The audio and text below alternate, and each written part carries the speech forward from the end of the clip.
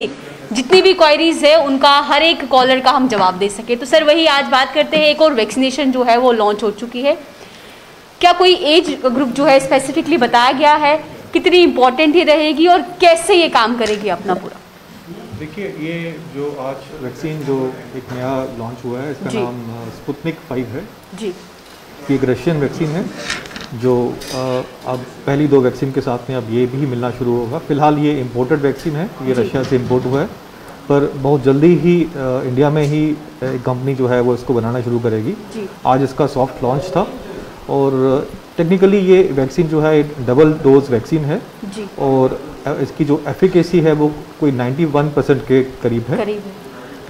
पहली और दूसरी जो डोज के बीच में जो इंटरवल है, जो वक्फा है, वो 21 दिन का है जी। और अभी ये जो है प्राइवेट में ही अवेलेबल मिलेगी जब ये बाकी सेंटर्स में पहुंचेगी। ये अच्छी बात है। हमारा जो टारगेट है हर्ड इम्यूनिटी का, ज़्यादा से ज़्यादा लोगों को वैक्सीन देने का, वो तभी पूरा होगा जब हमारे पास। आपको 2 मिनट के रुकना चाहूँगी क्योंकि कॉल्स का सिलसिला जो है वो शुरू हो गया। हम पहला कॉल लेते हैं। Hello hello hello hello hello.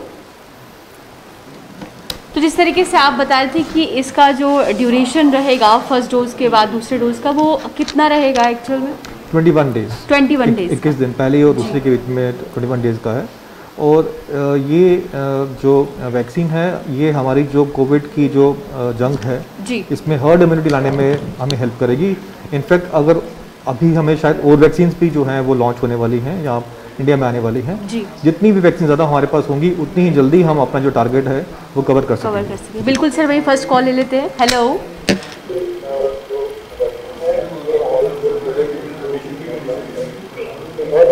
Hello hello hello sir, अपने टीवी का वॉल्यूम कम कीजिए और सवाल पूछिए सर अपना। हेलो जी, सवाल पूछिए सर अपना। सवाल पूछिए सर, सवाल। हाँ, सवाल ये है कि हमने 25 मार्च को वैक्सीन किया था, कोविशील्ड या क्या नाम है इसका? कोविशील्ड, ठीक है। अभी तो सफाई नहीं है कहीं। हमारा दूसरा करना था 10 को जी या 22 मई तक जी, मगर अभी कहीं है नहीं। कोई बात नहीं, अभी कई बार सेंटर्स में वैक्सीन की शॉर्टेज हो जाती है। आप वेट करिए और जल्दी ही आपको ये वैक्सीन जो है आपके सेंटर में मिल जाएगा। कोई थोड़ा सा वेट भी करना पड़ेगा तो उससे कोई दिक्कत की बात नहीं है, कोई बात नहीं। ओके सर, थैंक यू जी। तो बिल्कुल जैसे आप बता रहे थे कि जो ये न्यू वैक्सीन है ये लॉन्च की गई है, तो वही जैसे थर्ड लेयर की बात करते हैं, थर्ड वेव की बात करते हैं, उसमें ये कहा गया है कि बच्चों पर ज़्यादा असर इसका देखने को मिल सकता है। तो वैसे भी बच्चों के लिए भी वैक्सीनेशन की प्रिपरेशन जो है वो पहले से ही शुरू हो गई है, ताकि जब वो दौर शुरू हो उससे पहले ही हम पूर्ण रूप से हम कह सकते हैं प्रिपेयर्ड रहें, ताकि उस समय कम से कम संपर्क जो है इस कोरोना महामारी का ज़्यादा फैले। देखिए, अभी अगर हम अपने देश की बात करेंगे तो हमारे देश में 18 से ऊपर के लोग जो हैं उनको वैक्सीन अलाउड है जी। पर अगर हम वेस्टर्न यूरोप या अमेरिका की बात करें तो उनके पास जो वैक्सीन है वो 12 साल के बच्चों के लिए भी एलिजिबल है। लेकिन हमारे देश में भी इसके ऊपर जो ट्रायल्स हैं वो उसका काम शुरू हो चुका है ऑलरेडी। जो कोवैक्सीन हमारे पास जो वैक्सीन है, इसको 2 से 17 साल के लोगों में, बच्चों में या जो पॉपुलेशन में ट्रायल के लिए परमिशन मिल गई है। हम उम्मीद करते हैं कि जल्दी ही ये ट्रायल पूरे होंगे, फेज़ 2 और फेज़ 3, और इनका डाटा जो है इस एज ग्रुप के लिए कि जल्दी आ जाएगा। उसके बाद हम उम्मीद करते हैं कि ये वैक्सीन हम लोग अपने बच्चों को भी लगवा। जी सर, नेक्स्ट कॉल ले लेते हैं सर। हेलो हेलो हेलो जी सर, सवाल पूछिए सर। हेलो जी, सवाल पूछिए सर अपना। हाँ जी, सवाल ये है मदद करना प्लेसमेंट हुआ है, तो ये डॉक्टर से ये पूछना था कि वो वैक्सीनेशन कर सकते हैं, उनको वो ब्लड से एंटीकोगुलेंट लेती है, तो ये डॉक्टर से पूछना। देखिए, जिन डॉक्टर से अभी क्या है कि जिन डॉक्टर से वो अपना ये इलाज करवा रहे हैं, आप उनके साथ में ताउन रखिए, उनसे पूछिए, क्योंकि हर एक पेशेंट का जो मेडिकल स्टेटस होता है वो अलग अलग होता है। आप जिन डॉक्टर ने आपको एडवाइस किया है, जो दवाई उनको दे रहे हैं एंटीकोगुलेंट्स, उनकी राय लेना ज़रूरी है। उसके बाद ही आप वैक्सीन लीजिए। ठीक है जी जी। तो बिल्कुल जैसे हम न्यू वैक्सीनेशन की बात कर रहे थे, उसके साथ ही साथ अगर सर बात करते हैं वेरिएंट्स की, ये क्या है और किस तरीके से कितना इफेक्टिव है, इसके बारे में भी बता दीजिए। देखिए, वेरिएंट्स आजकल एक कॉमन नाम हो गया है मीडिया में, पब्लिक में। कोविड के कंटेक्स्ट में वेरिएंट्स की बहुत बात हो रही है। ये बड़ा इंपॉर्टेंट एस्पेक्ट, टेक्निकल एस्पेक्ट है इस कोविड-19 का। इसको समझने के लिए पहले मैं आपको बताना चाहूँगा कि वायरस जो है वो कैसे ये डिजीज़ कॉज करता है। जी। तो वायरस का जो ट्रांसमिशन है वो जब भी किसी में होगा तो वो वायरस वहाँ पे रेप्लिकेट करता है अपने आप। जी। जब वो रेप्लिकेट करता है तो वो अपना जो उसका जीनोमिक जो उसका मटेरियल होता है वो उसकी कॉपी करता है, और इस कॉपी को करने के वक्त कई बार उसका जो कॉपिंग मैकेनिज्म है उसमें कुछ चेंजेस हो जाती हैं, कुछ मिसिंग्स हो जाती हैं, कुछ ओमिशन हो जाती हैं। जी। इनको हम म्यूटेशंस बोलते हैं। जी। और म्यूटेशन जो है वो किसी भी वायरस मल्टीप्लिकेशन का एक नॉर्मल हिस्सा है। जी। हमारे लिए कंसर्न ये है कि कभी ये जो म्यूटेशंस हैं ये हमारे लिए हार्मलेस होती हैं, पर कभी कभार ये जो म्यूटेशंस होती हैं ड्यूरिंग मल्टीप्लिकेशन ये हमारे लिए हार्मफुल हो जाती हैं, जैसा कि इस बार हुआ। अब इस बार जब ये वायरस सेकेंड कोरोना वेव में एक बहुत तेज़ी से मल्टीप्लाई हुआ तो इसने अपना जो एक रूप जो है वो अपना चेंज कर लिया। अपना जो इसका जो बिहेवियर है वो भी उससे चेंज हो गया। और अब ये जो नए वेरिएंट्स हैं जो बेसिकली पहले वाले जो वायरस जो हमारा वुहान वाला वायरस था उसी के अलग अलग एक्सप्रेशंस हैं। ये वेरिएंट्स जो हैं इनकी जो इनका ट्रांसमिशन जो था वो इन वेरिएंट्स में ज़्यादा हमने देखा कि वो ज़्यादा पाया गया। इनकी जो विरुलेंस है, जो बीमारी कॉज करने की जो पावर है वो भी बढ़ गई है। और ये भी देखा गया है कि इनडायरेक्टली ये ज़्यादा पहले से घातक भी हो रहे हैं कि जल्दी आदमी को सीरियस जो बीमारी है वो दे देते हैं। तो वेरिएंट्स को रोकने का एक ही तरीका है हमारे पास। कोई भी नहीं चाहेगा कि नए नए वेरिएंट्स हो। वेरिएंट्स तभी होंगे जब वायरस मल्टीप्लाई करेगा। सर मैं आपको रोकना चाहूंगी, नेक्स्ट कॉल ले लेते हैं। हेलो हेलो हेलो जी। हेलो जी, सवाल पूछिए सर। जी, मुझे डॉक्टर साहब से पूछना है कि ये जो वैक्सीन लॉन्च हुआ है अभी जी, तो ये जो इसकी कीमत जो है गरीब है, ये एक गरीब आदमी कहाँ से लेगा, ये इतना कहाँ देगा वो? देखिए अभी तो हमारे पास वैक्सीन हैं, कोविशील्ड और कोवैक्सीन जो हैं। देखिए मेरा सवाल, हेलो जी सुनिए, सर बोल रहे हैं आपको। सर आप सुनिए, आपके सवाल का जवाब दे रहे हैं सर। देखिए हमारे पास आज की डेट में 3 वैक्सीन हैं, उसमें 2 जो हैं बिल्कुल मुफ्त हैं। तो कोवैक्सीन और कोविशील्ड जो हमारे जम्मू कश्मीर यूटी में मिल रही हैं उसके लिए कोई चार्जेस नहीं है, वो फ्री हैं। फिलहाल जो तीसरी वैक्सीन हुई है ये हमारे पास अभी नहीं आई है, और ये जब आएगी तो हम इसकी बात करेंगे कि इसकी प्राइस के बारे में। बट फिलहाल हमारे पास जो वैक्सीन है उनकी कोई कीमत नहीं है। जी, तो बिल्कुल जिस तरीके से अभी जो वैक्सीनेशन तमाम चल रही है वो ड्राइव तो चलती हुई नजर आ रही है, लेकिन साथ ही साथ आप वेरिएंट्स के बारे में बता रहे थे किस तरीके से ये काम करते हैं। तो वेरिएंट्स तभी आएंगे जब वायरस मल्टीप्लाई करेगा, एक एबनॉर्मल स्पीड से मल्टीप्लाई करेगा, ज़्यादा मल्टीप्लाई करेगा, तो वेरिएंट्स का आना संभाविक है। तो बात वही आ जाती है कि वेरिएंट से बचना है तो हमको ये चेन ऑफ ट्रांसमिशन ब्रेक करना पड़ेगा। जो इसका मल्टीप्लिकेशन है वो रुकना पड़ेगा। मल्टीप्लाई तभी इसको तोड़ सकते हैं जब हम इस वायरस को फैलने से रोकें। तो वो सब जो हम लोग कोविड एप्रोप्रिएट बिहेवियर की बात करते हैं वो बेसिकली वेरिएंट से ही लिंक्ड है। और दूसरा कि जो वैक्सीन है वो जो ट्रांसमिशन है एक पॉजिटिव से नेगेटिव का, उसमें भी उसको काम करने में जो है काफ़ी इंपॉर्टेंट है। उसका जो वेरिएंट का जो कनेक्शन उसके साथ भी है। तो ये दोनों तरीके फॉलो करके ही हम इन वेरिएंट से छुटकारा पा सकते हैं। जी सर, नेक्स्ट कॉल ले लेते हैं सर। हेलो जी। हेलो जी सर, सवाल बोलिए सर अपना। जी डॉक्टर सुनता? हाँ बोलिए, क्या सवाल है आपका? सवाल ये है कि मैं एक्चुअली 5-6 दिन से मैं बीमार हो गया जी, मगर मेरा गला आज खुश्क हो रहा है जी। खुश्क, मैंने दवाई भी लाई, डॉक्टर के पास भी गया, मेरा गला खुश्क हो रहा है जी। मैंने पहला वैक्सीन तो मैंने लगाया जी। हेलो हाँ सुनिए, सुन रहे हैं आपको, बोलिए। डॉक्टर साहब पहले वैक्सीन तो मैंने लगवाया मगर मेरा गला खुश्क हो रहा है, कभी मेरे को फीवर भी चढ़ता है थोड़ा। तो देखिए ऐसा है, आपको पहला वैक्सीन कब लगाया आपने? हमने 20 दिन से पहले लगाया है। 20 तारीख से पहले लगाया है? जी। ओके, तो ऐसा है कि ये जो लक्षण है बुखार के और गले में जो आपको ये सिम्टम जो हो रहे हैं ये कोविड के लक्षण है। तो मैं आपको एडवाइस करूंगा कि आप पहले अपना एक कोविड का एक टेस्ट करवाइए कल जाकर। सबसे पहले ये देखना है कि ये कोविड तो नहीं है। अगर कोविड है तो उसका इलाज अलग है, और अगर नहीं है तो उसका इलाज अलग है। पहले ये जानना जरूरी है कि कहीं कोविड तो नहीं है, तो पहले आप अपना कल जाके इसका टेस्ट करवाइए।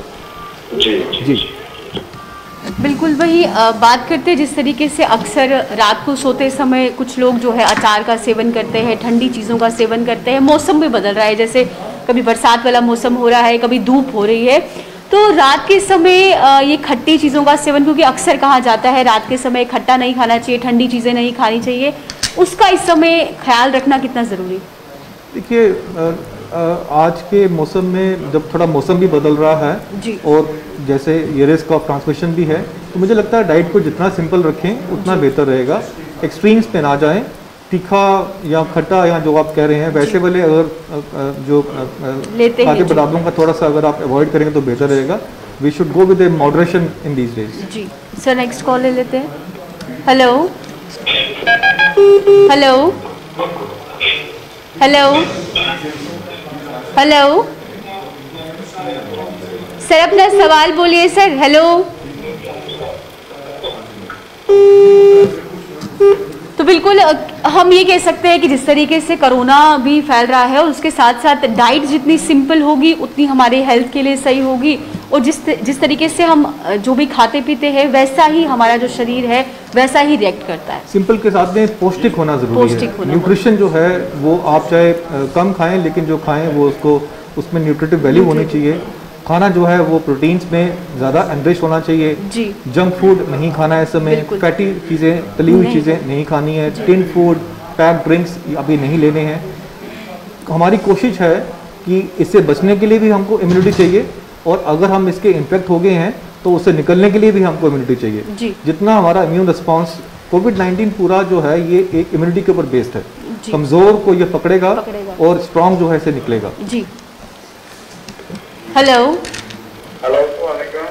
वालेकुम सलाम जी, कहिए क्या सवाल है आपका? मेरा सवाल ये है, मेरी जो नानी है 85 उसकी एज है, उसको पॉजिटिव आया था, तो अभी मैंने उसको घर में ही क्वारंटाइन रखा था जी। तो मुझे बताया कि उसका पालस है वो कम होता जा रहा है, 70 से लेके 80 तक दिखा रहा है। आप बताएं हम क्या करें? देखिए अगर वो 85 साल की हैं और इसके अलावा उनको कुछ बुखार के लक्षण या कुछ और तकलीफ है? नहीं, बुखार की तकलीफ कुछ नहीं है अभी। तो ये जो ऑक्सीजन सैचुरेशन कब से कम हो रहा है इनका? 2 दिन से सर कम हो रहा है।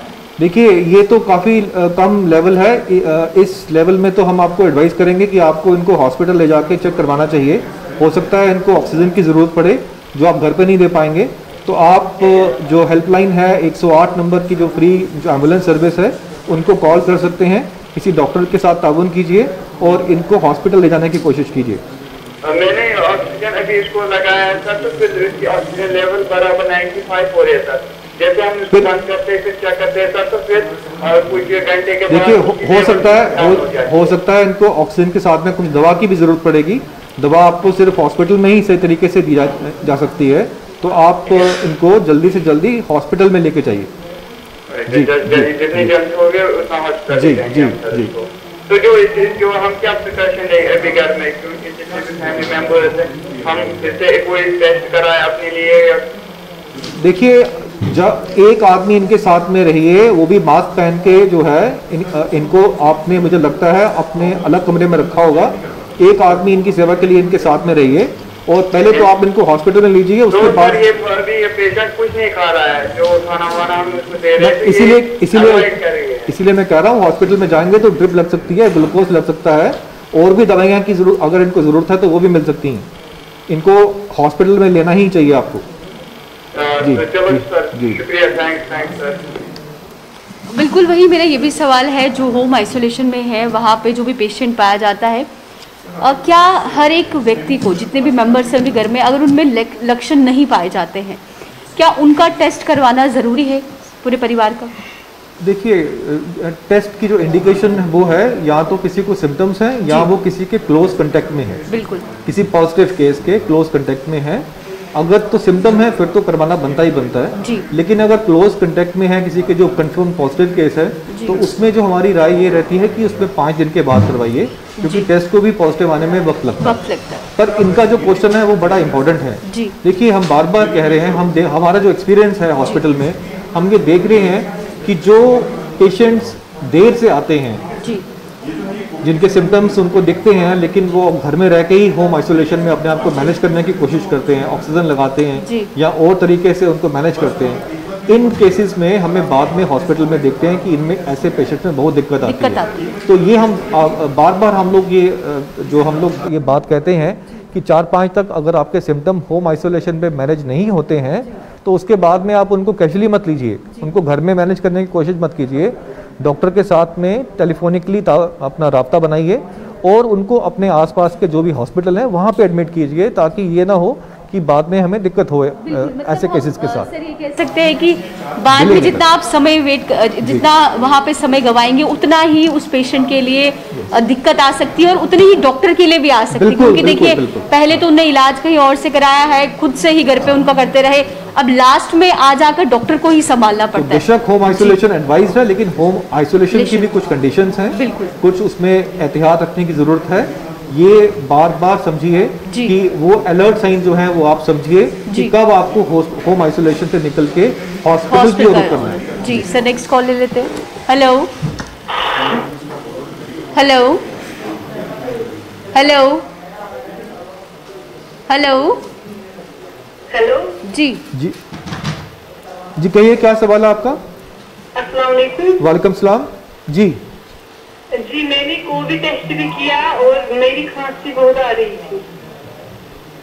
कोविड टेस्ट आपका नेगेटिव आया है?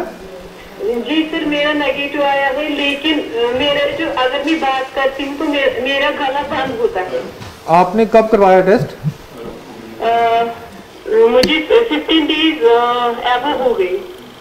आपको 15 दिन हो गए टेस्ट करवाए हुए और आपको खांसी अभी भी है? खांसी बीच बीच में आती है, लेकिन जो मेरा गला है वो बैठ जाता है। मैं जब बात ज्यादा करती हूँ तो मुझे गला ही बैठ जाता है। ये अभी आपको हुआ या पहले भी ऐसा होता है? नहीं, आज ही हुआ, मुझे नहीं होता था। ठीक है, देखिए ऐसा है कि अगर तो कभी कभी ऐसे लक्षण आते हैं तो उसके लिए आप जो है स्टीम ले सकते हैं या कोई कफ सिरप ले सकते हैं, लेकिन अगर ये रहते हैं आपको इन दवाई लेने से भी ठीक नहीं होते हैं तो उसमें आपको अपनी जांच करवानी चाहिए, और हो सकता है कि अगर इसके लिए आपको दोबारा टेस्ट भी करवाना पड़े तो वो भी करवाना चाहिए। लेकिन sir, I am thyroid patient. जी, थायराइड का इससे कोई कंसर्न नहीं है फिलहाल। खांसी जो है आज सर, मुझे थायराइड से होता है गले में, लेकिन आज ज्यादा ही हुआ। हाँ, तो अभी आप फिलहाल ना आज इसको स्टीम से देखिए, स्टीम लीजिए, अपना गरारे कर सकते हैं और कोई कफ सिरप ले लीजिए, उससे फर्क पड़ता है तो ठीक है, नहीं तो फिर जांच करवाइए अपनी। मुझे क्या सीटी टेस्ट कराना है? अगर लक्षण रहते हैं इसके साथ में, अगर कोई और लक्षण तो नहीं है आपको? नहीं सर, मुझे बस इतना ही, मुझे गला बैठ जाता है। तो पहले आप ये दवाई लेके देखिए और अगर इससे फर्क पड़ता तो ठीक है, नहीं तो फिर टेस्ट भी करवा सकते हैं इसके लिए। जी सर, मुझे कौन सी दवाई लानी है फिर? कफ सिरप लीजिए और स्टीम लीजिए, स्टीम और जो स्टीम लेके और साथ में cough syrup. Okay sir, thank you. बिल्कुल, जैसे इन्हें खांसी हो रही है इस समय, बहुत से लोगों को ड्राई खांसी भी है, अलग अलग प्रकार की जिस तरीके से खांसी होती है, कितने दिन तक देखना चाहिए कि अगर आपको कंटिन्यूसली खांसी आ रही है उसके बाद? ये बड़ा ज़रूरी है, बिकॉज क्या है कि जो मौसमी चेंज हो रही है, इसमें जो नॉर्मल फ्लू होता है या जो कोविड होता है उसके जो शुरुआती लक्षण सेम होते हैं जी। इसमें फ़र्क बस हमें यही देखना होता है कि जो नॉर्मल फ्लू वो आपका होगा या जो मौसमी वाला जो आपका ये खांसी बुखार होगा, ये सेल्फ लिमिटिंग होता है, ये 2 या 3-4 दिन तक ये अपने आप दवाई लेंगे नहीं लेंगे अपने आप कम हो जाता है। लेकिन आज की डेट में हमें हर चीज़ को कोविड के नज़रिए से देखना चाहिए। तो अगर ऐसे लक्षण आते हैं तो सबसे पहले हमारा सस्पिशन जो है वो कोविड पे जाता है। तो अगर ये लक्षण 2 या 3 दिन में घरेलू जो हम लोग चीज़ें करते हैं, बुखार है उसके लिए पैरासीटामोल ले लिया, खांसी है सिरप ले लिया, स्टीम ले लिया, अगर उससे ये 4-5 दिन में ठीक नहीं होते हैं तो हमें डेफिनेटली उसके लिए अपनी उसको कोविड के नज़रिए से देख के अपनी टेस्टिंग करवानी चाहिए और डॉक्टर के साथ ताउन करना चाहिए। जी सर, नेक्स्ट कॉल ले लेते हैं। हेलो हेलो हेलो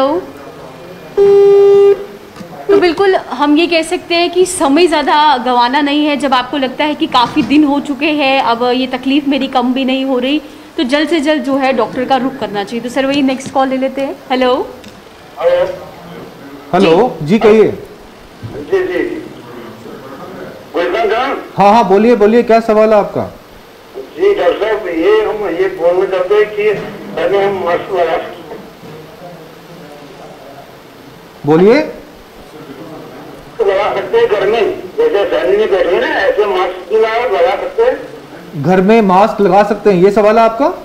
जी जी जी जी। हाँ, देखिए ऐसा है कि घर के अंदर अगर सारे के सारे घर के अंदर ही रहते हैं, बाहर नहीं जाते हैं, ठीक है, तो कोई दिक्कत नहीं है। लेकिन अगर कोई आदमी रोज बाहर जाता है काम के लिए या किसी और भी रीजन के लिए, तो उसको अपने घर वालों की सेफ्टी के लिए फिलहाल अपने घर वालों से थोड़ा दूर रहना चाहिए। और अगर उसको लक्षण है तो मास्क जरूर पहनना चाहिए। और हम ऐसे फैमिली में बैठे हैं, जैसे खाना खा रहे हैं, उसके बाद साथ में बैठे हैं, हाँ, कि वहाँ भी मास्क लगा सकते हैं? देखिए मास्क लगाने में कोई एतराज नहीं है, बात यह है कि रिस्क कितना है। और एक और तरीका है कि घर के अंदर जो है ज़रा करीब ना बैठें, थोड़ा सोशल डिस्टेंसिंग को वहाँ भी मेंटेन कर सकते हैं। घर की जो वेंटिलेशन है, खिड़कियाँ खोल के थोड़ा सा हवा का ख्याल कर सकते हैं। खासतौर से अगर आपके घर का कोई आदमी रोज़ बाहर जाता है और शाम को घर वापस आता है, उस केस में उस आदमी को चाहिए कि अपने घर वालों की सेफ्टी के लिए थोड़ा एहतियात रखें। जी जी बिल्कुल, जैसे इनका भी सवाल था कि घर में हम मास्क लगा सकते हैं या नहीं लगा सकते, लेकिन देखने वाली बात यह है कि अगर तो सब घर के जन जो है वो घर में ही रहते हैं, फिर तो मास्क लगाने की कोई ज़रूरत नहीं है। अगर इक्का दुक्का कोई शख्स घर से बाहर निकलता है या काम काज के लिए जाता है, फिर तो हम ये कह सकते हैं कि ये इनका कोई एक स्टैंडर्ड जवाब नहीं हो सकता। हर एक घर की कहानी अलग अलग है, हालात अलग अलग, घर का आर्किटेक्चर अलग से है, बिल्डिंग का डिज़ाइन ऐसा है। तो बेसिकली हमें यही समझना है कि अगर किसी को कोविड का रिस्क है, ज़्यादा है, क्योंकि वो बाहर जाता है, काम करता है और घर में रोज़ शाम को आता है, तो उसको वो सारे प्रिकॉशंस जो कोविड एप्रोप्रिएट बिहेवियर के फॉलो करने हैं, ताकि वो अपने घर वालों को ये ना दे पाए। उसमें मास्क भी आ गया, उसमें सोशल डिस्टेंसिंग भी आ गई, उसमें वो अपना सामान जो है वो शेयर ना करे, जैसे कि जूते अपने बाहर खोल लो, अपने कपड़े बाहर रखो, अलग से रखो, वॉशरूम अपना साइड पर रखो। तो जो भी ऐसे तरीके हैं जिनसे कि उसका जो डायरेक्ट लिंकेज है अपनी मेंबर के साथ में, वो कम से कम रहे। जी जी सर, नेक्स्ट कॉल ले लेते हैं। हेलो हेलो जी कहिए, सुन रहे हैं आपको? जी जी, डॉक्टर से बात कर रहा हूँ। हाँ बोलिए बोलिए, क्या सवाल है आपका? मुझे सवाल ये है कि मेरी बॉडी में पूरा पेन हो रहा है, ऊपर से करने की दर्द है। कब से है ये? तो आपने कभी कोविड का टेस्ट करवाया है? जी कोविड का टेस्ट करवाया है, वो लगे तो आया है। वो कब करवाया था आपने? 4 दिन पहले। 4 दिन पहले। तो देखिए ये कोविड के लक्षण है। वो आपने पहले कौन सा वाला टेस्ट करवाया था? रैपिड टेस्ट करवाया था या आरटीपीसीआर करवाया था? आरटीपीसीआर करवाया था। तो हो सकता है कि उस समय आपके लक्षण कम हो और आरटीपीसीआर नेगेटिव आया हो। अगर 4-5 दिन में भी आपको ये दिक्कत रह रही है, लक्षण आ रहे हैं, तो आपको एडवाइजरी है कि आप एक बार दोबारा से अपना आरटीपीसीआर टेस्ट करवाइए। अच्छा। और तब तक जब तक उसका रिजल्ट नहीं आता तो फिलहाल मास्क पहनिए घर में भी, और अपने आप को बाकी घर वालों से अलग रखिए। जी जी जी। ऊपर से मुझे चक्कर भी आ रहे हैं। हाँ, तो ये जो है, ये सब लक्षण जो है ना, ये बॉडी एक्स वगैरह बुखार का जो लक्षण जो है, ये कोविड के ही हैं। कई बार टेस्ट जो है वो नहीं पकड़ पाता, क्योंकि जो लक्षण इतने ज़्यादा नहीं होते हैं। तो अगर आपको 4-5 दिन से ये लक्षण अभी भी हैं, तो आपको एक दोबारा टेस्ट करवाना चाहिए आरटीपीसीआर, जो आप कल जाके करवाइए अपना, और तब तक एहतियात रखिए। जी।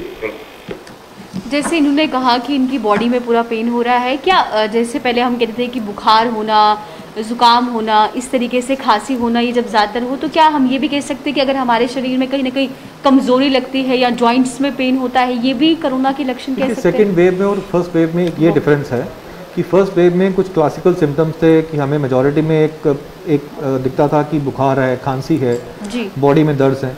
लेकिन इस बार हम देख रहे हैं कि कुछ नए सिम्टम्स, और वो सिम्टम या तो ग्रुप में भी हो सकते हैं और सिंगल भी हो सकते हैं। कई लोगों को आंख के पीछे दर्द होती है, कई लोगों को सिर्फ सर में दर्द होती है, कई लोगों को खाली लूज मोशंस होते हैं, कई लोगों को बॉडी एक्स होती है, उसके बाद में बुखार आता है।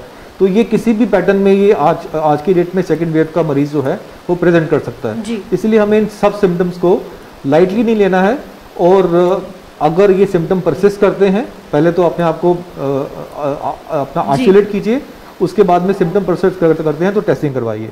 टेस्ट ही आपको बता पाएगा कोविड है या नहीं, और टेस्ट की भी लिमिटेशंस हैं कि अगर कई बार है कि टेस्ट की टाइमिंग बड़ी क्रिटिकल होती है। अगर आपने टेस्ट पहले करवा लिया, वायरल लोड उतना नहीं है तो टेस्ट नेगेटिव आएगा। उस केस में भी ख्याल रखना है आपको कि अगर टेस्ट नेगेटिव आया तो ये मत मानिए कि मैं ठीक हूँ, अपने सिम्टम पे वॉच रखिए। अगर वो सिम्टम परसिस्ट करते हैं कुछ दिनों और के लिए तो रिपीट टेस्ट करवाइए। जी सर वही नेक्स्ट कॉल ले लेते हैं। हेलो हेलो जी कहिए। हाँ बोलिए, सुन रहे हैं आपको। हेलो जी सर, अपने टीवी का वॉल्यूम कम करिए और सवाल बोलिए सर। हेलो जी सवाल बोलिए सर अपना। हेलो जी सर, अपने टीवी का जो वॉल्यूम है आप वो कम करिए और अपना सवाल बोलिए सर। तो बिल्कुल जैसे आप बता रहे थे कि अब सेकेंड जो ये वेव आई है उसमें अब लक्षण भी अलग अलग प्रकार के देखने को मिल रहे हैं, और अगर हम जल्दी ही अपना टेस्ट करा सकते हैं, ये हो सकता है कि अभी वो इस तरीके से पूरे शरीर में फैला ना हो जहाँ पे टेस्ट में वो पकड़ा ना गया हो। ये इसका जो टेक्निकल जो एस्पेक्ट है वो है कि हर एक टेस्ट की एक डायग्नोस्टिक पावर होती है किसी बीमारी को पकड़ने के लिए। अब अगर हम रैपिड टेस्ट की बात करें तो वो कोई 50-55% के करीब है, आरटीपीसीआर की बात करें तो वो 70% के करीब है। तो ये इसका मतलब ये है कि अगर हम 100 बीमार लोगों में रैपिड टेस्ट करेंगे तो वो सिर्फ 55% को बताएगा कि ये बीमार हैं, बाकी वाले वो मिस कर सकता है। अब इन टेस्ट को सही, जो इनकी पावर को जो ऑप्टिमाइज तरीके से यूज़ करने का एक ही तरीका है कि इन टेस्ट को तब यूज़ किया जाए जब इनकी सेंसिटिविटी सबसे ज़्यादा है।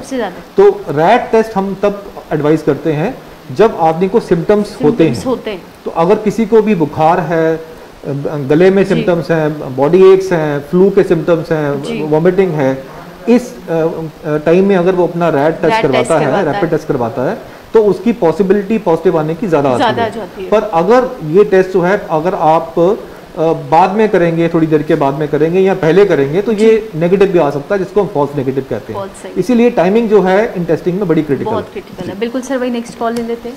हेलो हेलो जी कहिए, क्या सवाल है आपका? सवाल ये है कि अगर पेशेंट ऑलरेडी एस्थमेटिक है और उसका हार्ट प्रॉब्लम भी है, स्टेंट ट्रैवल हुए है, can he do the vaccination? हाँ देखिए, अस्थमा और जो cardiac condition as such vaccine को के लिए कोई ऐसी कंट्राइंडिकेशन नहीं है। ये ऐसे लोग जो जिनको अस्थमा या बीमारियां हैं वो ज़रूर उनको वैक्सीन लेना चाहिए। लेकिन अगर आपको इसमें कोई शक है या कोई क्वेश्चन है आपका, तो जिस डॉक्टर के साथ में आपने ताबन रखा हुआ है, जिससे आप दवाई ले रहे हैं, आप उनसे एक बार पूछ सकते हैं। लेकिन ज़रूर लेनी चाहिए वैक्सीन।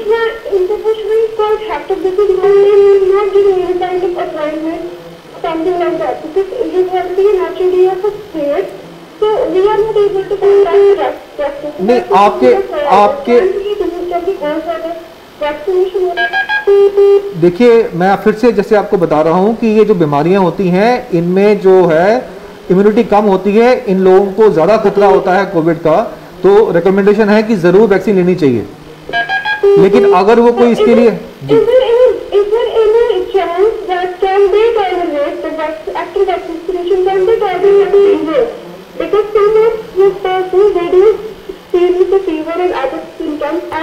नहीं, अगर कोई फीवर है या और कोई बीमारी है, कोई इलनेस है, एक्टिव इलनेस है, उस केस में वैक्सीन को डेफर करना चाहिए जब तक आप पूरी तरह से रिकवर नहीं हो जाते।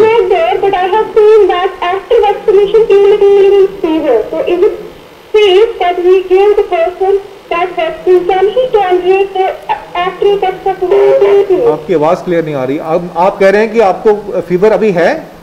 जो बंदे के लिए क्वेश्चन की बंदा जो है वो ऑलरेडी पेशेंट है, अगर वैक्सीनेशन के बाद उनको फीवर आता है तो कैन ही कैंडिडेट वैक्सीनेशन देखा गया है। हाँ, वैक्सीन के बाद आपका सवाल है कि वैक्सीन लेने के बाद में वैक्सीन लेने के बाद में फीवर आता है तो क्या करें? अगर आ सकता है हर एक इंसान टॉलरेट कर सकता है जी सर। क्या कर सकते हैं? कह रहे कि अगर कोई भी हर एक शख्स वैक्सीन लेता है तो उसके बाद जो उन्हें फीवर आता है, क्या वो हर एक बॉडी उसे टॉलरेट कर सकती है? देखिए, अगर आप सुन रहे हैं तो बताना चाहूँगा कि वैक्सीन लेने के बाद में कि कई लोगों को साइड में पेन होना या फीवर आना या बॉडी एक्स होना एक नॉर्मल रिस्पॉन्स है और इसमें डरने की बात नहीं है। मोस्टली ऐसे सिम्टम जो हैं ये सेल्फ लिमिटिंग होते हैं और 48 आवर्स टू 72 आवर्स में अपने आप ठीक हो जाते हैं। अगर ये फीवर के लिए आप टैबलेट पैरासीटामोल भी ले सकते हैं और मोस्टली केसेस में ऐसे जो लक्षण हैं ये काफ़ी माइल्ड होते हैं और अपने आप भी ठीक हो जाते हैं। बिल्कुल, जैसे इनका सवाल था कि क्योंकि सर जब भी वैक्सीनेशन कोई ना कोई लेता है, हर एक की जैसे आप भी बताते हैं कि हर एक की बॉडी सेम नहीं होती है। किसी को फीवर चढ़ता है, कुछ समय तक रहता है, उसके बाद अपनी जैसी उसकी रूटीन है वैसे होता है। तो वहाँ पे जैसे इनका भी सवाल था कि क्या हर एक व्यक्ति उसे बर्दाश्त कर सकता है? पहले हम समझते हैं कि देखिए, वैक्सीन जो है एक फॉरेन सब्सटेंस है जी।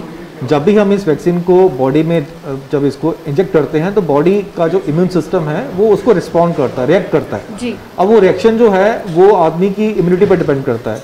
कई लोगों में वो रिएक्शन जो है वो माइल्ड होगा या बिल्कुल नहीं होगा। कई लोगों को यहाँ पे टीका लगता है वहाँ दर्द होती है, कई लोगों को हल्का सा बुखार हो जाता है, कई लोगों को नौशिया हो जाता है, मन खराब होता है, कई लोगों को उल्टियाँ भी आती हैं, कई लोगों को लूज मोशन भी हो सकते हैं। तो ये बॉडी के अलग अलग आदमियों के अलग अलग रिस्पॉन्स हो सकते हैं। लेकिन हमें ये समझना है कि आप इसको एक सही सेंस में लीजिए कि बॉडी आपकी रिस्पॉन्ड कर रही है, रिएक्ट कर रही है वैक्सीन के अगेंस्ट। तो ये सब के सब जो है ये एक्सेप्टेबल साइड इफेक्ट्स हैं और ये अपने आप सेल्फ लिमिटिंग होते हैं। मोस्ट केसेस में ये जो पेन और जो ये चीज़ें होती हैं ये हाफ एन आवर के लिए होती हैं और इसीलिए हम लोग और जो हमारा वैक्सीनेशन सेंटर में जो पर्पस यही रहता है कि वैक्सीन लगाने के बाद भी आधे घंटे के लिए हम वहाँ पे बिठा के रखते हैं। हम इन सब लोगों को ऑब्जर्व करते हैं कि कोई इनमें कोई ऐसी कोई चीज़ तो नहीं है जिसके लिए मेडिकल मैनेजमेंट की जरूरत पड़ जाए। तो आधे घंटे के बाद ही जब हम पूरा सेटिस्फाई कर लेते हैं तब उनको उसके बाद ही घर भेजते हैं। जी सर। जी, नेक्स्ट कॉल ले लेते हैं। हेलो हेलो, हाँ जी बोलिए। हेलो, कहिए क्या सवाल है आपका? हाँ बोलिए जी, अपने सवाल पूछिए सर और अपने टीवी का जो वॉल्यूम है वो कम कर दीजिए। जी मेरा क्वेश्चन ये है कि अगर किसी को फीवर या बॉडी पेन होगा ना तो वो क्या कोविड की अलामत है और इमरजेंसी में हम क्या वैक्सीन देंगे उसको?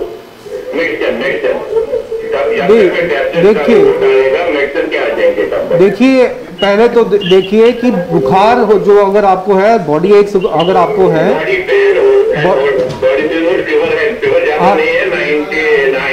हाँ अब ये है कि जब तक करवाएंगे ठीक डॉक्टर के पास जाना या हॉस्पिटल जाना है, दूर है थोड़ा, ठीक ठीक बहुत मेडिसिन क्या देंगे जब तक ये देखिए अगर ये लक्षण आते हैं तो हमारे मन में सबसे पहला सवाल आता है कोविड तो नहीं है। तो सबसे पहले तो आप अपना टेस्ट लीजिए और जब तक टेस्ट का रिजल्ट नहीं आता तब तक आप डोलो 650 टैबलेट जो है वो ले सकते हैं। बुखार डोलो 650 जो दवाई है वो ले सकते हैं।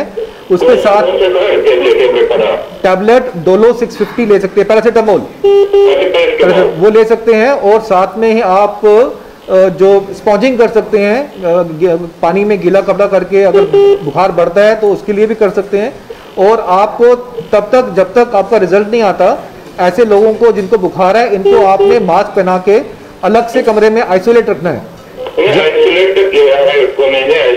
जी ठीक है ठीक है। तो अभी आप टेस्ट का वेट कीजिए।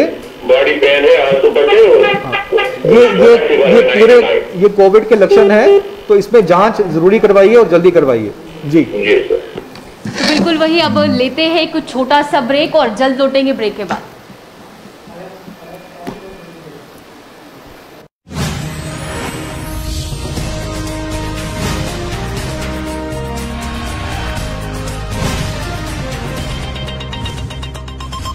Very good evening to all. On behalf of the Department of Health and Medical Education, Government of Jammu and Kashmir, this is today's daily media briefing on the emergent COVID situation in the UT. As of today, 14th May 2021, a total of 3,027 new positive cases have been reported since our last update yesterday, which includes 1,511 from Jammu Division and 1,516 from Kashmir Division. Moreover, 3,814 COVID patients have recovered. Also, 60 COVID deaths have been reported, which includes 39 from Jammu Division and 21 from Kashmir Division. Over the period of last 24 hours, a total of 31,552 COVID tests were conducted, which includes both RAT and RT-PCR. With regards to bed occupancy, against a total availability of 5,360 level 1 and level 2 beds, 3,265 are occupied. With regards to oxygen availability, over the period of next 24 hours, a total of 1,06,787 cubic meters of oxygen shall be made available. As for the ongoing COVID vaccination drive, a total of 15,998 people were vaccinated today, which brings the total number of people cumulatively vaccinated till now to 27,89,355 across the whole UT. In the 45 years and above age group, a total of 61.38% people have been vaccinated. Apart from this, all district and divisional level control rooms are functional around the clock. Teleconsultation is available through the eSanjeevani portal. Emergency ambulance services are available through the 108 call center. Thank you. Covid की दूसरी wave से बची।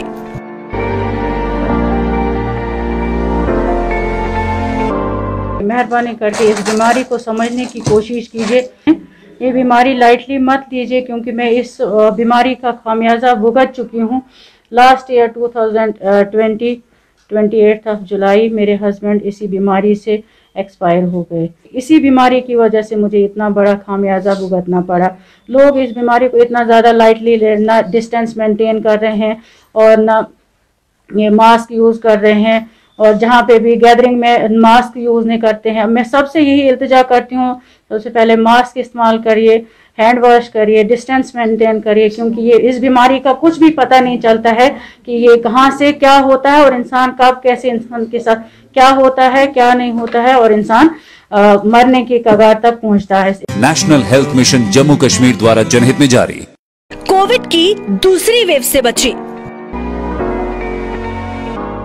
हमने corona में एक अपने परिवार का बहुत ही अमूल्य सदस्य खो दिया है, और इस दुख का सामना जो हम कर रहे हैं ऐसा किसी को भी ना करना पड़े। इसलिए मैं गुजारिश करूंगी सब भारतवासियों और जम्मू कश्मीर की जनता से कि सरकार की तरफ से जो भी कोरोना से बचने के नियम बनाए गए हैं उनका पूरी तरह पालन करें, और हमारी तरह अपने परिवार के किसी भी सदस्य को ना खो दें। इसलिए मास्क पहन कर रखें, बार बार हाथ धोएं, सैनिटाइज़र का इस्तेमाल करें, दूरी बनाए रखें, भीड़ भाड़ वाली जगहों पर ना जाएं, और बारी आने पर कोविड वैक्सीन ज़रूर लगवाएं। इसलिए जो भी सरकार ने कानून बनाए हैं उनका पालन करें। National health mission Jammu Kashmir द्वारा जनहित में जारी।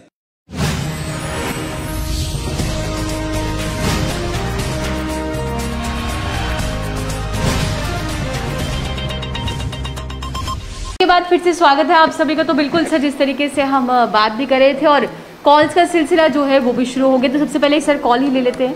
हेलो हेलो हेलो जी, कहिए। जी मैम नमस्कार सर। नमस्कार जी सर, मैं उत्तराखंड से बोल रहा हूँ से। जी, क्या सवाल है आपका? हेलो हेलो जी, कहिए क्या सवाल है आपका? क्वेश्चन ये है कि सर ये जो भी कोविड वैक्सीन आई है तो इसमें क्या दोनों डोज देना जरूरी है 18+ वालों को, या उनको केवल सिंगल डोज देनी पड़ेगी सर? आप जो आज नई वैक्सीन की बात कर रहे हैं? जी, अभी जो नई वैक्सीन निकाली ना गवर्नमेंट, उत्तराखंड गवर्नमेंट ने, तो इसमें क्या दोनों डोज देना जरूरी है, कोविड की और कोवैक्सीन? अभी तो टाइम इससे जो लंबा कर दिया है तो क्या लंबे में अच्छे से काम करेगी, या फिर जो जिनने लगवा ली है उस पीरियड में तो वो फिर उनका क्या हुआ सर, मतलब उनको अगेन फिर से लगानी पड़ेगी? देखिए, जो वैक्सीन दो तरह की जो वैक्सीन है, एक कोविशील्ड है, उसको लगाने के लिए 2 डोजेस के बीच में अब जो वक्फा है वो 12 से 16 हफ्ते का हो गया है, और जो कोविशील्ड है उसमें जो इंटरवल है वो अभी भी 4 से 6 हफ्ते का ही है। तो इसको जो जी बिल्कुल, जैसे ये अभी भी पूछ रहे हैं कि अब समय जो है वो बदल दिया गया है, तो आप जो भी सवाल इनका था वो पूरा इन्हें बता दीजिए कि क्या समय। जी देखिए, ऐसा है कि हमारे पास 2 वैक्सीन हैं आज की डेट में, 3 वैक्सीन हैं, लेकिन 2 अभी चल रही हैं। कोविशील्ड जो है, कोविशील्ड वैक्सीन जो है, इसकी 2 डोजेज जो हैं उसके बीच का जो अंतराल है जी, उसको अब 12 से 16 हफ्ते कर दिया गया है जी। ये इसलिए किया गया है कि टेक्निकल हम बात करें तो ये कुछ स्टडीज़ हुई हैं जिनमें देखा गया कि अगर हम जो इसके बीच का जो दूरी है सेकेंड डोज का अगर वो बढ़ाते हैं तो वैक्सीन की जो इफेक्टिवनेस है वो तकरीबन 81% के करीब पहुंच जाती है, बढ़ जाती है। तो उसका जो ये सेफ्टी फैक्टर को देखते हुए इसको बढ़ाया गया है। जो दूसरी वैक्सीन है कोवैक्सीन जो है उसका अंतराल जो है वो अभी भी 4 से लेके 6 हफ्ते के बीच में है। जी सर, अब नेक्स्ट सवाल ले लेते हैं। हेलो, नमस्कार। नमस्कार। हेलो, हाँ नमस्कार, बोलिए क्या सवाल है आपका? मेरा सवाल ये है सर, डॉक्टर साहब मेरा सवाल ये है कि जो बंदा ठीक ठाक है उसको भी लगानी है वैक्सीन? जनाब बिल्कुल लगानी है, 100% लगानी है। जो ठीक ठाक बंदा है वो कल बीमार भी हो सकता है। जो ठीक ठाक बंदा जो आज ठीक ठाक है वो कल को बीमार हो सकता है और बीमारी से बचने के लिए हम वैक्सीन लगाते हैं। तो आपने जरूर लगानी है। इसको हो गया है जी। मेरा सवाल ये है कि कैसे पता लगता है कि ये देखिए इसके बड़े सारे लक्षण हैं इसके कोविड-19 के। इसमें बुखार हो सकता है, खांसी हो सकती है, गले में दर्द हो सकती है, जुकाम हो सकता है, पेट में दर्द हो सकती है, टांगों में दर्द हो सकती है, लूज मोशन हो सकते हैं, सर दर्द हो सकती है। ये सब इसके लक्षण हैं। ठीक है, तो आप अच्छी बात है कि आप बिल्कुल ठीक हैं। आपको ज़रूरी है ये वैक्सीन लगाना, हम आपको रेकमेंड करते हैं ताकि आप कभी बाद में इसके शिकार ना हो। जी बिल्कुल सर, ये भी सुनने में है कि जब पहली इसकी वेव आई थी तो मोस्टली लोग ये कहते हैं कि जो कोरोना है ये हर एक से पास आउट होकर गया है, लेकिन इसने अपनी चपेट में उसको लिया है जिसका इम्यून वीक है या जिसकी बहुत सारी सर्जरीज हुई है। तो इसमें कितनी रियलिटी है? देखिए, हम इसको टेक्निकली बोलते हैं एसिम्प्टोमेटिक ट्रांसमिशन। जी। तो पहली वेव में एक ये कंसेप्ट था कि कोरोना काफ़ी सारे लोगों में जो कि अच्छे, जिनकी सेहत अच्छी है, जिनका इम्यून सिस्टम ठीक है, और क्योंकि इस समय वायरस भी जो माइल्ड था वो इतना पावरफुल में नहीं था जो आज की डेट में सेकेंड वेव में है। जी। तो मेजॉरिटी ऑफ लोगों में, बहुत सारे लोगों में, पूरे देश में कोरोना वायरस जो था वो लोगों में इन्फेक्ट हुआ जी। और उनको पता भी नहीं लगा क्योंकि उनको लक्षण नहीं थे, क्योंकि ये एसिम्प्टोमेटिक था, उनको लक्षण नहीं थे। उनको नहीं पता था कि वो इससे इन्फेक्टेड है और वो आगे इसको फैलाते गए। जी। सबसे ज़्यादा जो खतरा हमें होता है एसिम्प्टोमेटिक ट्रांसमिशन से, क्योंकि उनको खुद भी पता नहीं होता लेकिन वो इन्फेक्टेड होते हैं और वो इसको आगे फैलाते हैं। तो पहली वेव में काफ़ी सारे लोग जो थे वो एसिम्प्टोमेटिक अपने ट्रांसमिशन से होके निकल गए।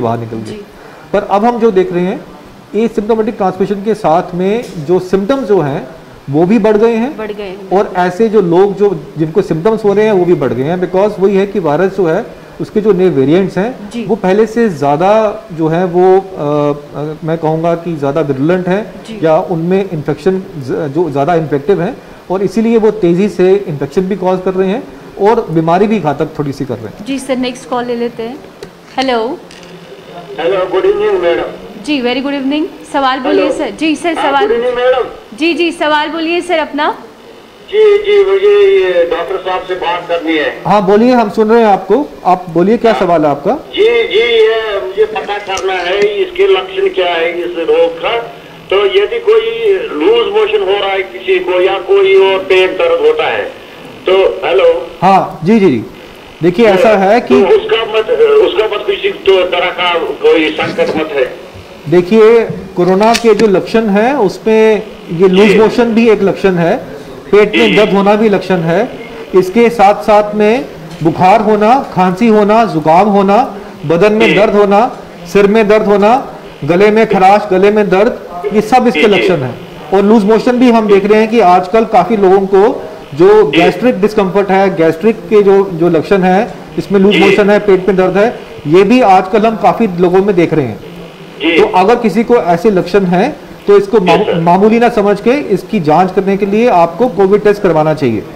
जी सर, अगर किसी को चेस्ट डिजीज ऑलरेडी हो, अस्थमा का पेशेंट हो जी, या कोई और पेशेंट हो या हार्ट पेशेंट हो जी, तो उसको भी कराना है ये, मतलब उसको मत ये संकट है लगने का।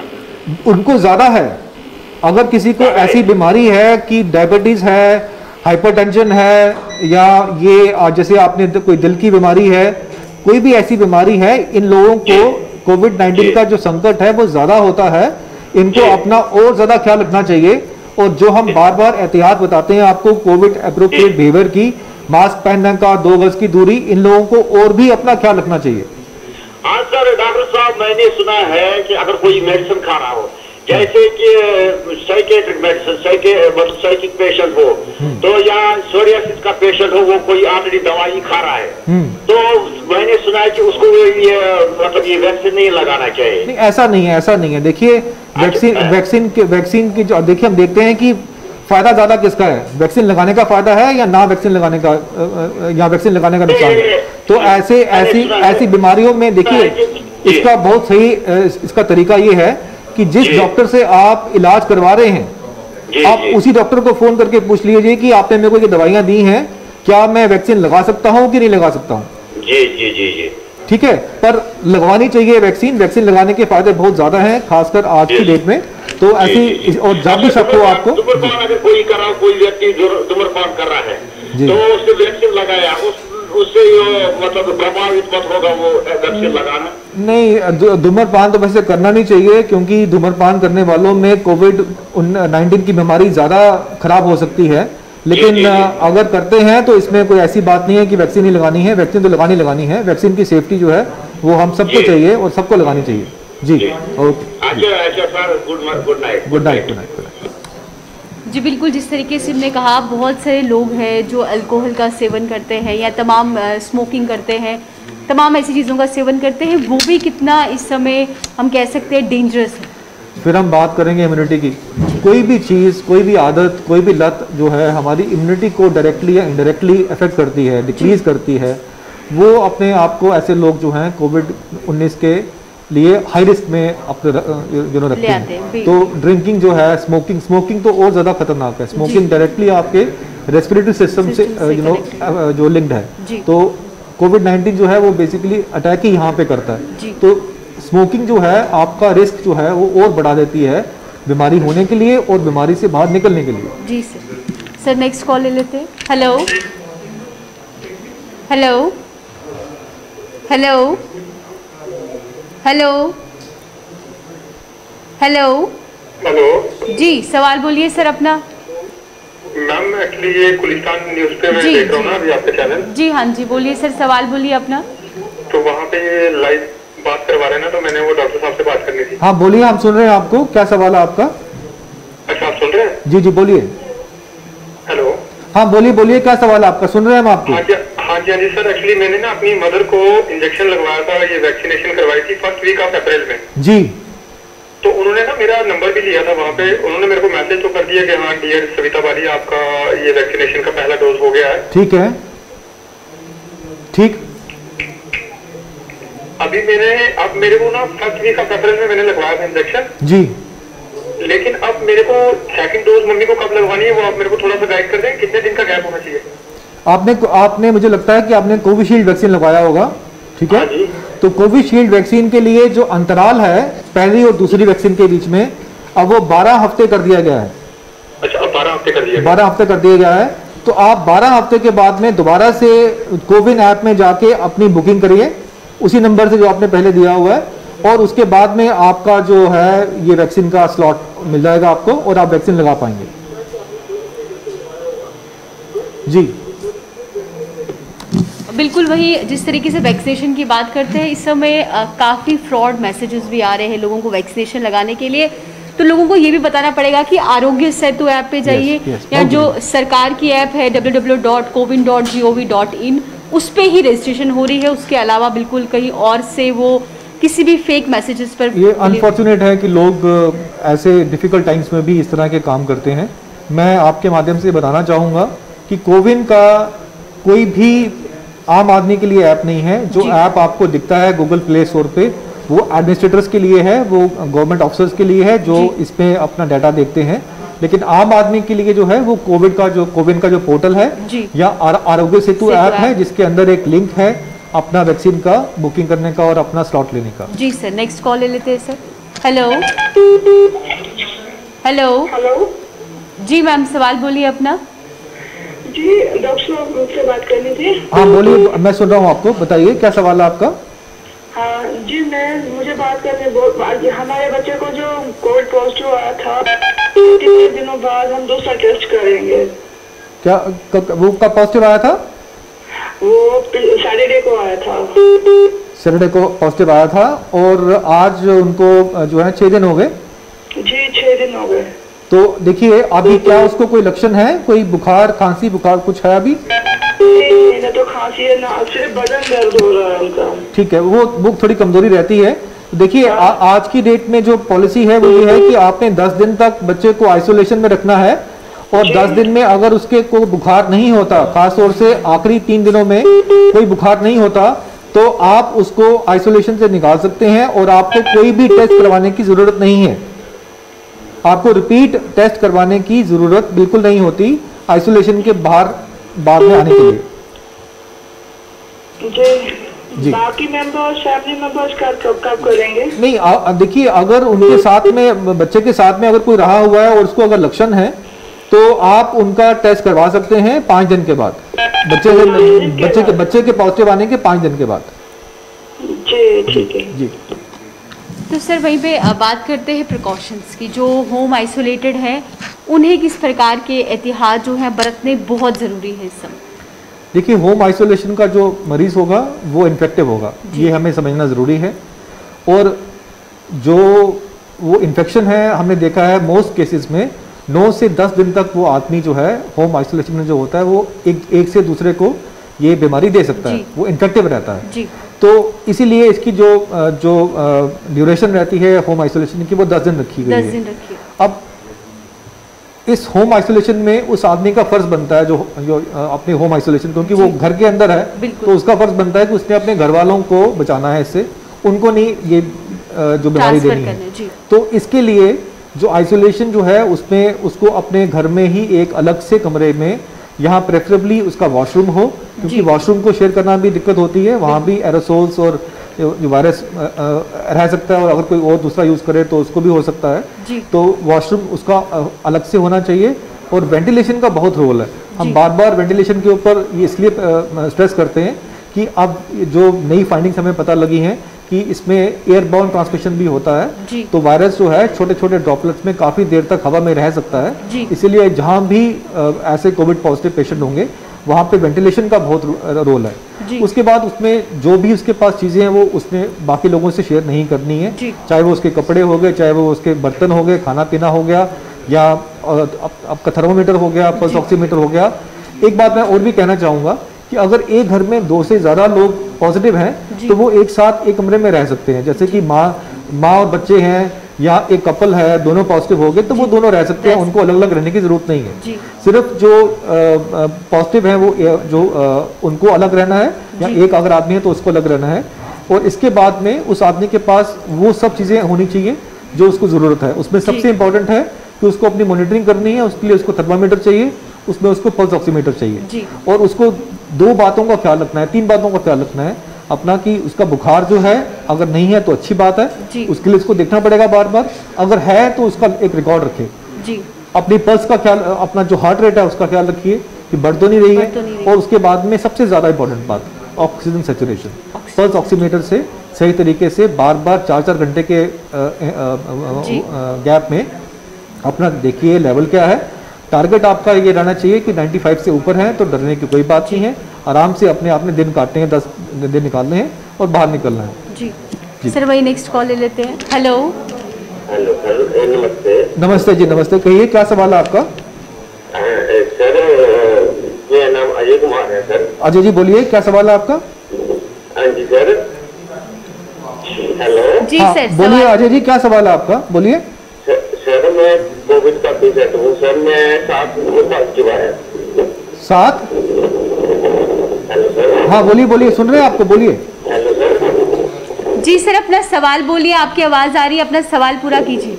सर मैम कौन सी मेडिसिन, कौन सी मेडिसिन के लिए पूछ रहे हैं आप? क्या? हाँ मैम। आप अभी पॉजिटिव हैं? क्या मैम? क्या सर? आप अपना सवाल दोबारा करिए। सर आपका सवाल क्या है कि आप कह रहे हैं कि आप अभी कोरोना पॉजिटिव है और अभी कितने दिन हो गए सर आपको पॉजिटिव हुए?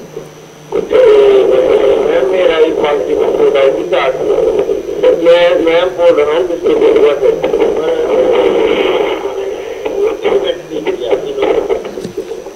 इनकी आवाज़ जो है वो पूरी रूप से नहीं आ रही है, लेकिन जितना मुझे अंदाज़ा है कि ये पूछना चाहते हैं कि कोरोना पॉजिटिव है और मेडिसिन को लेकर कुछ पूछ रहे थे। जिस तरीके से आप पहले भी बोलते हैं कि जो डॉक्टर आपके नियर बाय हैं या जो फैमिली डॉक्टर है उनसे ही कहीं ना कहीं, तो हम वहीं से बात हम जब कर रहे थे कि जब आप आइसोलेशन में हो, आप अपनी मॉनिटरिंग कर रहे हो, अगर आपको लगता है कि आपको कोई सिम्टम्स हैं उसके, होम आइसोलेशन में जो इलाज है वो सिम्टोमेटिक रहता है। जो लक्षण है उसका इलाज करना है। उसमें लक्षण जो हैं वो कई बार तो नहीं होते हैं तो अच्छी बात है, अगर होते भी हैं तो माइल्ड होते हैं। अगर वो माइल्ड लक्षण है तो उसमें ज़्यादातर जो आपको बुखार होगा, बदन में दर्द होगी या गले में खराश हो सकती है, तो बुखार के लिए अपना टैबलेट पैरासीटामोल ले सकते हैं, अपना टेपेड स्पॉन्जिंग कर सकते हैं। गला अगर है तो उसके लिए आप कोई कफ सिरप ले सकते हैं, आप स्टीम ले सकते हैं, आप गार्गल कर सकते हैं। बदन के जो आपका दर्द है उसमें भी आपकी पैरासीटामोल काम आ जाती है। तो इस तरह से आपको अपना जो है सिम्टोमेटिक जो ख्याल रखना है। लेकिन ख्याल रहे इसी दौरान में अगर ये लक्षण जो है आपके 4 या 5 दिन में कम नहीं होते या कंट्रोल नहीं होते या बढ़ जाते हैं या और सिवियर हो जाते हैं, तो उस केस में आपको हॉस्पिटल में डॉक्टर की राय लेना बहुत ज़रूरी है। उसमें इसको लाइटली मत लीजिए, इसको कैजुअली मत लीजिए, और इन सिम्टम्स का प्रॉपर इलाज करने के लिए हॉस्पिटल या डॉक्टर से एक डायरेक्ट अपना राब्ता कीजिए। सर वही नेक्स्ट कॉल ले लेते हैं। हेलो हेलो जी कहिए। हेलो हेलो हाँ जी बोलिए।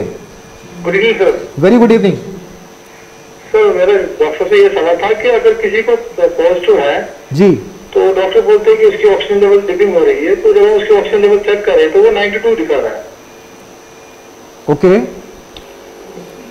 तो 92 दिखा रहा है। 92 तो एक्सेप्टेबल नहीं है, लेकिन आपको पहले इंश्योर करना है कि आप सही तरीके से ऑक्सीजन सैचुरेशन चेक कर रहे हैं कि नहीं कर रहे हैं, और उसके बाद में अगर ये लेकिन तो माना किसी बंदे ने किसी पॉजिटिव को मतलब डॉक्टर के पास देना है चेकअप कराने के लिए, हाँ जी, तो उसने सेफ्टी गियर नहीं लगाया है, तो जो खुद बंदा जो उसको लेके जा रहा है उसको कितना चांस है खतरा के मतलब ये मतलब वायरस कैच करने के लिए? नहीं देखिए, अगर आप सेफ्टी प्रोसीजर फॉलो करेंगे, अगर आपने 2 मास्क पहने हैं, आपको हम एडवाइस करेंगे पेशेंट को भी 2 मास्क पहनाइए, खुद भी 2 मास्क पहनिए, ठीक है। और फिर जो है देखिए मरीज को तो लेना ही है ना, वो तो इसमें कोई चारा नहीं है, तो आपने अपनी सेफ्टी इंश्योर करनी है। डबल मास्किंग कीजिए, अपने हाथ को जो है अपनी जेब में एक सैनिटाइजर की बोतल रखिए और बार बार इसको साफ करते रहिए, और अपने मरीज को पहले हॉस्पिटल लेके जाइए।